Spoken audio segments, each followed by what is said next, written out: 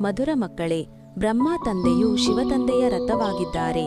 ಇಬ್ಬರ ಪಾತ್ರವೂ ಒಟ್ಟಿಗೆ ನಡೆಯುತ್ತದೆ. ಇದರಲ್ಲಿ ಸ್ವಲ್ಪವೂ ಸಂಶಯ ಬರಬಾರದು. ಪ್ರಶ್ನೆ: ಮನುಷ್ಯರು ದುಃಖಗಳಿಂದ ಮುಕ್ತರಾಗಲು ಯಾವ ಯುಕ್ತಿಯನ್ನು ರಚಿಸುತ್ತಾರೆ? ಅದಕ್ಕೆ ಮಹಾಪಾಪವೆಂದು ಹೇಳಲಾಗುತ್ತದೆ. ಉತ್ತರ: ಮನುಷ್ಯರು ಯಾವಾಗ ದುಃಖಿಯಾಗುವರೋ ಆಗ ಸ್ವಯಂವನ್ನು ಸಮಾಪ್ತಿ ಮಾಡಿಕೊಳ್ಳಲು ಅನೇಕ ಉಪಾಯಗಳನ್ನು ರಚಿಸುತ್ತಾರೆ. ಜೀವಘಾತ ಮಾಡಿಕೊಳ್ಳಲು ಯೋಚಿಸುತ್ತಾರೆ. ಇದರಿಂದ ನಾವು ದುಃಖಗಳಿಂದ ಮುಕ್ತರಾಗಿ ಬಿಡುತ್ತೇವೆಂದು ತಿಳಿಯುತ್ತಾರೆ. ಆದರೆ ಇದರಂತಹ ಮಹಾಪಾಪ ಮತ್ಯಾವುದೂ ಇಲ್ಲ. ಅವರು ಇನ್ನೂ ದುಃಖಗಳಲ್ಲಿ ಸಿಕ್ಕಿಹಾಕಿಕೊಳ್ಳುತ್ತಾರೆ. ಇದು ಅಪಾರ ದುಃಖದ ಪ್ರಪಂಚವಾಗಿದೆ. ಧಾರಣೆಗಾಗಿ ಮುಖ್ಯ ಸಾರ: 1.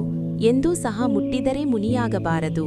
ದೈವಿ ಗುಣಗಳನ್ನು ಧಾರಣೆ ಮಾಡಿ ತಮ್ಮ ಚಲನೆಯನ್ನು ಸುಧಾರಣೆ ಮಾಡಿಕೊಳ್ಳಬೇಕು. 2. ತಂದೆಯ ಪ್ರೀತಿಯನ್ನು ಪಡೆಯಲು ಸೇವೆ ಮಾಡಬೇಕು. ಆದರೆ ಏನನ್ನು ಅನ್ಯರಿಗೆ ತಿಳಿಸುತ್ತೀರೋ ಅದನ್ನು ಸ್ವಯಂ ಧಾರಣೆ ಮಾಡಿಕೊಳ್ಳಬೇಕಾಗಿದೆ. ಕರ್ಮಾತೀತ ಸ್ಥಿತಿಯಲ್ಲಿ ಹೋಗುವ ಸಂಪೂರ್ಣ ಪುರುಷಾರ್ಥ ಮಾಡಬೇಕಾಗಿದೆ.